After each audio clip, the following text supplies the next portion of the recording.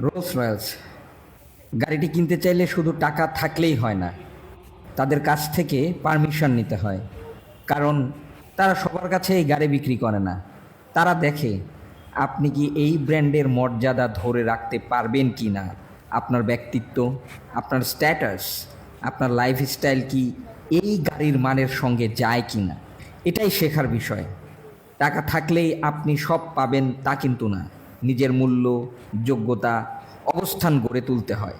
যারা নিজের জীবনকে এমন জায়গায় নিয়ে যায় সেখানে শুধু সম্পদ নয়, ব্যক্তিত্বও মূল্য পায়, তারাই সত্যিকারের সফল।